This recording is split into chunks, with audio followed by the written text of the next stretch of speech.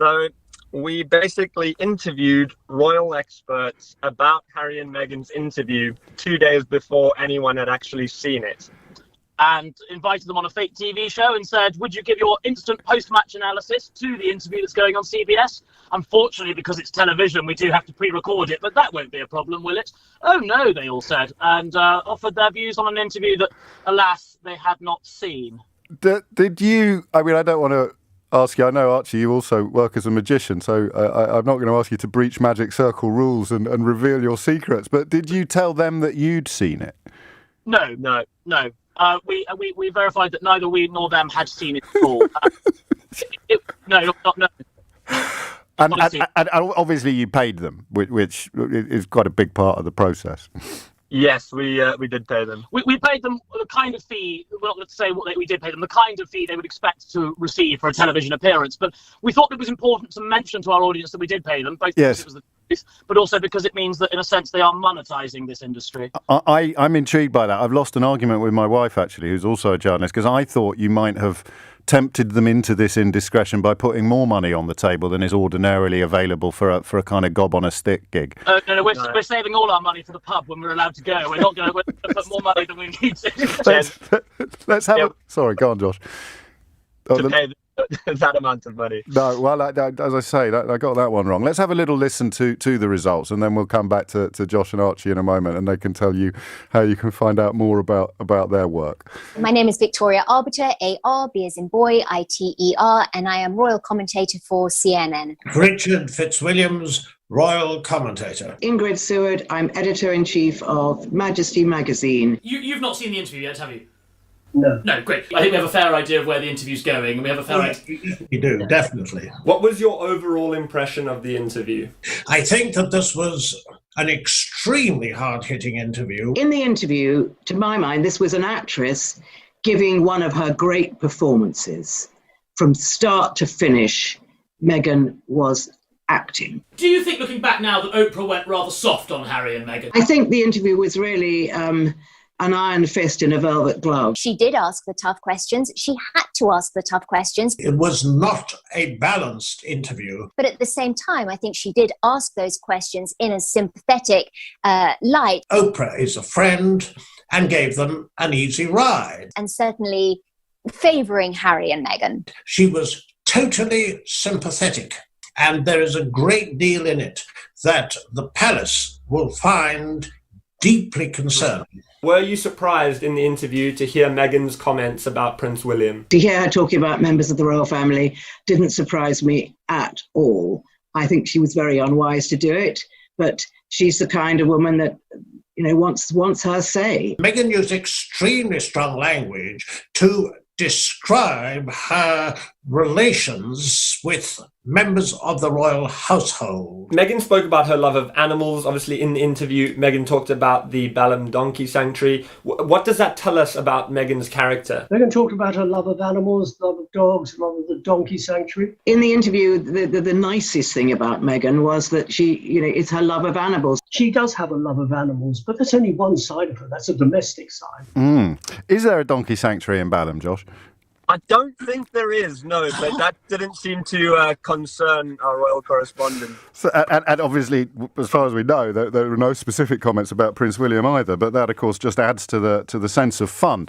But there's some seriousness underpinning the fun here, Archie. Why did you do this? Ultimately, these are the kind of people that wear cashmere on breakfast television sets and once shared a taxi with Princess Margaret and feel that they've got a sort of insight into the royal family. They are then duping both media organisations and the public with their views that arguably, and it's up to our viewers and your listeners to make their own minds up, and arguably are not informed. And that's shaping what is, I think, now becoming quite a toxic debate. And we did not target royal correspondents. We did not target Tim Shipman or Nicholas Witchell, Chris Ship or Nicholas Witchell, or anybody who's a proper journalist. These are people that have set themselves up as experts. They're not journalists.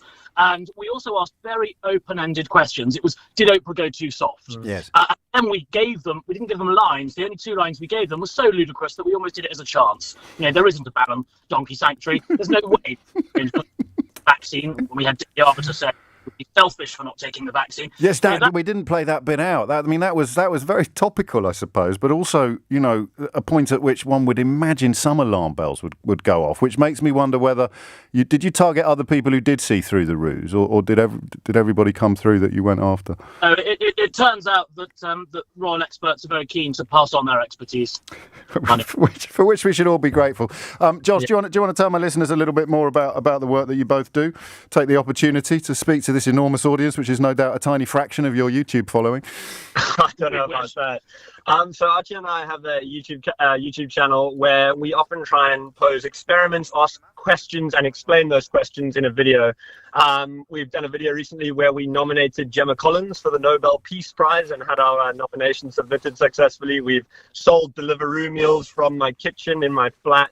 So lots of interesting stuff like that. You can check us out on YouTube, and this was our latest video, and we're happy it's gone well and hope that everyone's enjoyed it. Josh Pieters and Archie Manners, thank you very much indeed for your time. You've also, just glancing at my own inbox, you've worked wonders for my credibility among younger listeners. So that's got to be making it all worthwhile for all three of us. There you go. And of course, the four royal experts mentioned there: Dickie Arbiter, Victoria Arbiter, Richard Fitzwilliams and Ingrid Seward are more than welcome to put their side of the story on this programme as well. The more the merrier, you know how it generally works.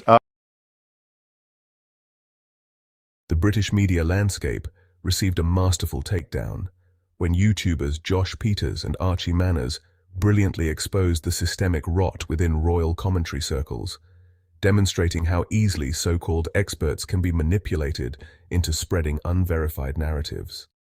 By crafting an elaborate prank that tricked royal commentators into making unfounded claims about Prince Harry and Meghan, these digital provocateurs pulled back the curtain on a deeply problematic ecosystem of sensationalism and fabrication.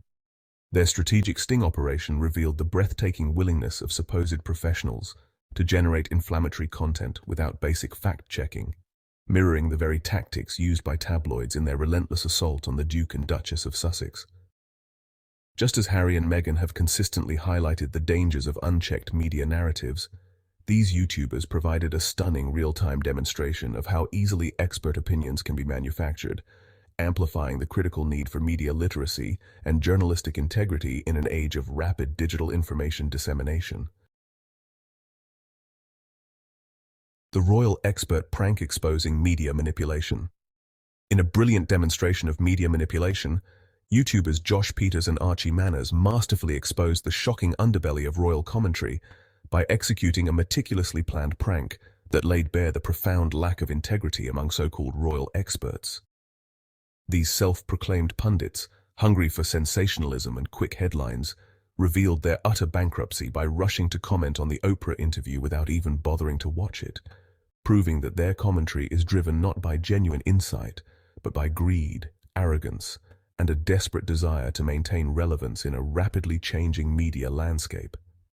The prank brilliantly illuminated how these experts are more committed to spinning narratives than reporting truth, willing to fabricate commentary at a moment's notice, thereby undermining their own credibility and exposing the toxic ecosystem of royal reporting that has long sought to manipulate public perception through calculated misinformation and malicious speculation. The royal exodus, Harry's calculated escape. Prince Harry's decision to extract his family from the suffocating grip of the British royal institution was nothing short of visionary. Recognizing the toxic environment that had systematically targeted his wife Meghan with racist narratives and relentless media harassment, he made a strategic and courageous choice to protect his loved ones from the same destructive mechanisms that had haunted his own childhood, particularly the traumatic loss of his mother, Princess Diana. By choosing to step back and create distance, Harry demonstrated an extraordinary level of self-awareness and familial devotion, understanding that staying within the royal system would perpetuate a cycle of manipulation, control, and potential emotional devastation. His move to California represented more than a geographical shift. It was a profound statement of reclaiming personal agency and refusing to be defined by institutional expectations or tabloid narratives that had long sought to diminish and control the narrative around his life. The royal experts unmasked a prank that exposed media manipulation.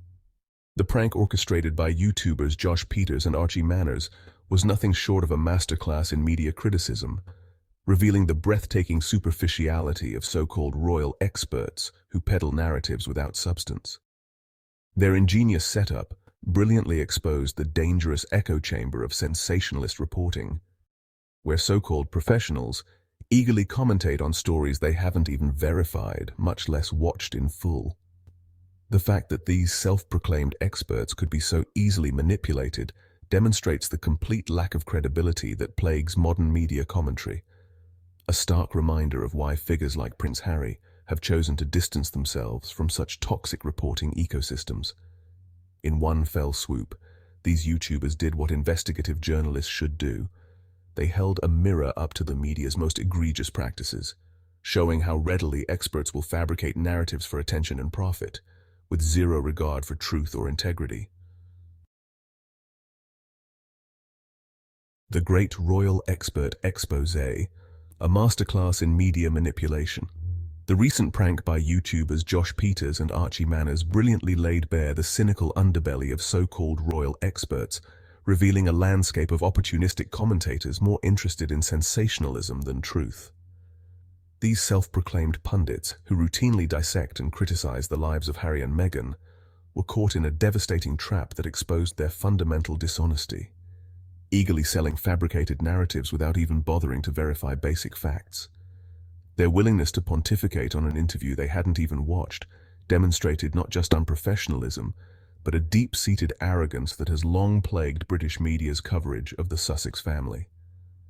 The prank ruthlessly unveiled the greedy ecosystem of royal commentary, where manufactured outrage and speculative storytelling are packaged as legitimate journalism, proving once again why Harry and Meghan were absolutely justified in extracting themselves from a system designed to exploit and damage their reputation. The fabricated expertise royal commentators exposed. The so-called royal experts have once again demonstrated their utter lack of journalistic integrity by commenting extensively on an interview they never even watched. A shameful display that completely obliterates their already fragile credibility. Just like the British tabloids who manufacture narratives out of thin air, these self-proclaimed experts have brazenly spewed opinions without a shred of legitimate research, revealing a disturbing pattern of deliberate misinformation and opportunistic commentary. Their actions are nothing short of a calculated attempt to manipulate public perception, much like the same media machinery that has consistently targeted Prince Harry and Meghan with malicious and fabricated stories. By rushing to judgment without even basic due diligence of watching the actual interview, these experts have exposed themselves as nothing more than opportunistic vultures feeding off royal controversies, further proving why independent voices like Harry and Meghan have chosen to break free from this toxic ecosystem of constant manipulation and deceit. The YouTube pranksters who exposed royal experts. In a masterstroke of digital journalism, Josh Pieters and Archie Manners demonstrated extraordinary investigative brilliance by executing a prank that cut through the veneer of manufactured royal commentary. Their meticulously planned operation was nothing short of genius, revealing the shameless opportunism of so-called royal experts who are willing to pontificate on matters they know absolutely nothing about. By creating a fictitious scenario and watching these experts eagerly jump to sensationalist conclusions, the YouTubers brilliantly exposed the systemic problem of media manipulation and unsubstantiated royal reporting. Their actions were beyond merely clever. They were a surgical dismantling of the parasitic ecosystem of royal commentary that thrives on fabrication, speculation, and outright lies. The royal prank unmasking the credibility crisis of media experts. The YouTuber's audacious prank has surgically exposed the fundamental rot within the royal commentary ecosystem, ruthlessly undermining the supposed expertise of so-called royal commentators who peddle narratives without substantive verification. These self-proclaimed experts, who have built entire careers on sensationalist speculation and manufactured drama surrounding the British royal family, found themselves embarrassingly caught spreading unsubstantiated claims, revealing their fundamental lack of journalistic integrity.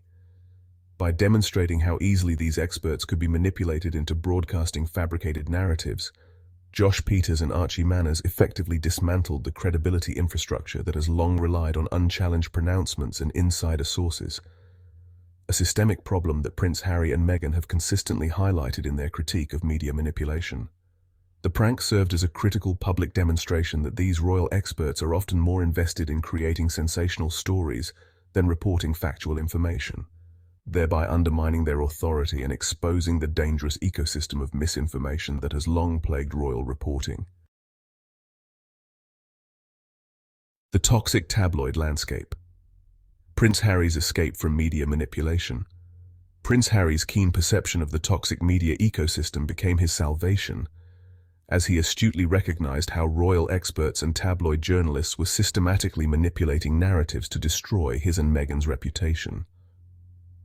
His decision to extract his family from this venomous environment was not just wise, but fundamentally necessary for their emotional and psychological survival. By understanding the insidious mechanisms of media manipulation, where lies are fabricated, sensationalized, and then monetized, Harry demonstrated an extraordinary level of self-preservation and protective instinct towards his wife and children. Just as he witnessed how these same predatory media tactics had devastated his mother, Princess Diana's life, he refused to allow history to repeat itself, courageously choosing exile and personal peace over continued subjugation to a merciless press machine that thrived on destroying its targets. His strategic withdrawal from the royal institution was a masterful act of defiance, rendering the British tabloids' weapons of mass character assassination utterly impotent. Unmasking royal experts, a satirical takedown. The calculated prank by YouTubers Josh Pieters and Archie Manners has delivered a devastating blow to the credibility of so-called royal experts, exposing the underbelly of a media ecosystem built on sensationalism and fabrication. Their brilliant manipulation reveals the breathtaking ease with which these self-proclaimed insiders will manufacture narratives without any substantive research or journalistic integrity.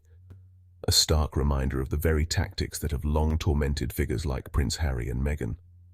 By successfully tricking these experts into providing commentary on a fictitious interview, the YouTubers have not just pulled off a comedic coup, but have fundamentally challenged the public's trust in a class of commentators who have repeatedly demonstrated their willingness to prioritize clickbait over truth. The lasting impact of this exposure extends far beyond a momentary embarrassment. It is a seismic moment that strips away the veneer of expertise, leaving these commentators exposed as opportunistic pundits more interested in spinning stories than reporting reality, and serves as a powerful vindication for those who have long questioned the motives and methods of royal media commentary.